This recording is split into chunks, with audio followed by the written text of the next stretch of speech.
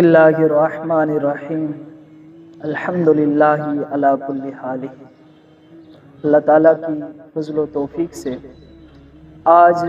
میں ایک خاص موضوع پر بات کرنے جا رہا ہوں۔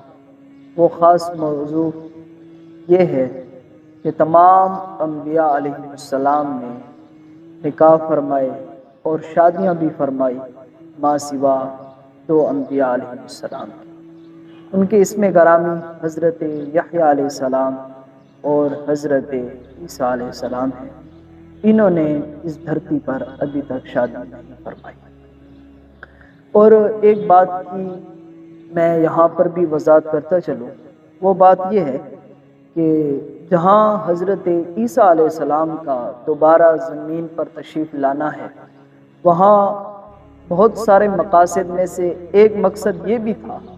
کہ یہاں وہ دنیا میں دوبارہ تشریف لائیں گے اور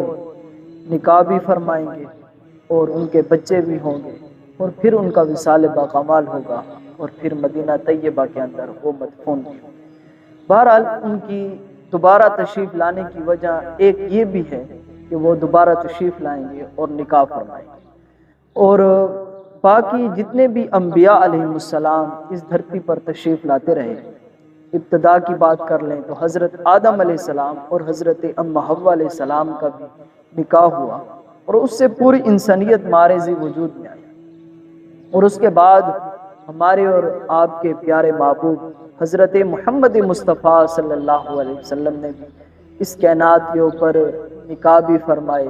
اور شادیاں بھی فرمائی۔ اور پھر اسی حقیقت کو قرآن مجید فرقان حمید کی سورۃ رعد کے اندر اللہ تبارک و تعالی جل جلالہ نے بیان فرمائی، وَلَقَدْ أَرْسَلْنَا رُسُلًا مِّن قَبْلِكَ۔ اللہ تعالیٰ نے فرمایا کہ تحقیق ہم نے اے محبوب مکرم شفیع معظم صلی اللہ علیہ وسلم آپ سے پہلے بھی بہت سارے رسولوں کو بھیجا، اور آگے فرمایا وَجَعَلْنَا لَهُمْ أَزْوَاجًا وَذُرِّيَّةً، اور انہیں بھی ازواج اور اولاد سے مالا مال فرمایا۔ گویا کہ قرآن مجید فرقان حمید کی آیات مقدسہ بتا رہی ہے کہ جو انبیاء علیہ السلام اور رسول اعظام علیہ السلام رسول اقدس سرور کائنات صلی اللہ علیہ وسلم سے ماقبل تشریف لاتے رہے، انہوں نے بھی شادیاں بھی فرمائی اور ان کی بھی ازواج مطہرات بھی تھی اور ان کی بھی اولاد جو تھی وہ موجود تھی۔ حضرت ایوب انصاری رضی اللہ تعالیٰ عنہ سے حدیث پاک مروی ہے، فرماتے ہیں کہ اللہ کے رسول صلی اللہ علیہ وسلم نے فرمایا کہ میری اور مجھ سے ماقبل انبیاء علیہ السلام کی یہ سنتیں تھیں۔ وہاں 4 سنتیں بیان فرمائی اور سماعت فرمائی۔ اللہ کے رسول صلی اللہ علیہ وسلم کا انداز دیکھی، فرمانے لگے کہ میری اور مجھ سے ماقبل انبیاء علیہ السلام کی پہلی سنت ہے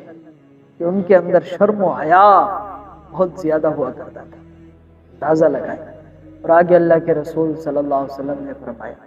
کہ وہ مسواک فرمایا کرتے تھے، اور اللہ کے رسول صلی اللہ علیہ وسلم خود بھی مسواک فرمایا کرتے تھے۔ اور پھر تیسری سنت اللہ کے رسول صلی اللہ علیہ وسلم نے بیان فرمائی، فرمایا کہ عطر لگاتے، خوشبو لگاتے،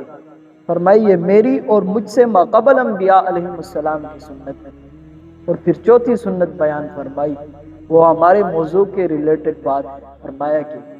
میری اور مجھ سے ماقبل انبیاء علیہ السلام کی یہ سنت ہے کہ وہ نکاح فرمایا کرتے ہیں۔ گویا کہ تمام انبیاء علیہ السلام جو اس روح کائنات کے اوپر تشریف لاتے رہے، انہوں نے نکاح فرمایا ما سوا حضرت یحییٰ علیہ السلام اور حضرت عیسیٰ علیہ السلام کے۔ اور ایک قاعدہ ہے کہ اکثر جو ہوتا ہے وہ کل کے حکم میں ہوتا ہے، تو اکثر انبیاء علیہ السلام نے اس دھرتی پر نکاح فرمائے، تو گویا کہ کل انبیاء علیہ السلام نکاح فرماتے رہے، اور یہ انبیاء علیہ السلام کی سنت ہے۔ اور پھر صحیح بخاری شریف کے اندر حدیث مبارکہ ہے، اور آپ اندازہ لگائیں اللہ کے رسول صلی اللہ علیہ وسلم نے کیا عظیم حکم ارشاد فرمایا، لوگوں سن لو، اللہ کی قسم میں تم سے زیادہ اپنے پروردگار سے ڈرنے والا ہوں اور تم سے زیادہ اس کی ناراضگی سے بچنے والا ہوں، اور میں نوافل بھی ادا کرتا ہوں، نمازیں بھی ادا کرتا ہوں، اور سوتا بھی ہوں، آرام بھی فرماتا ہوں، اور آگے اللہ کے رسول صلی اللہ علیہ وسلم نے فرمایا اتزوج النساء، فرمایا میں نے بھی عورتوں کے ساتھ نکاح فرمائے، اور فرمایا فمن رغب عن سنتی فلیس منی، فرمایا جس شخص نے اس سنت سے منہ موڑا، اور یہ بڑے وعیدی جملے ہیں اللہ کے رسول صلی اللہ علیہ وسلم نے، فرمایا پھر اس کے لیے یہ بات بھی ہے کہ وہ ہم میں سے نہیں ہوگا، یہ اللہ کے رسول صلی اللہ علیہ وسلم نے حکم فرمایا۔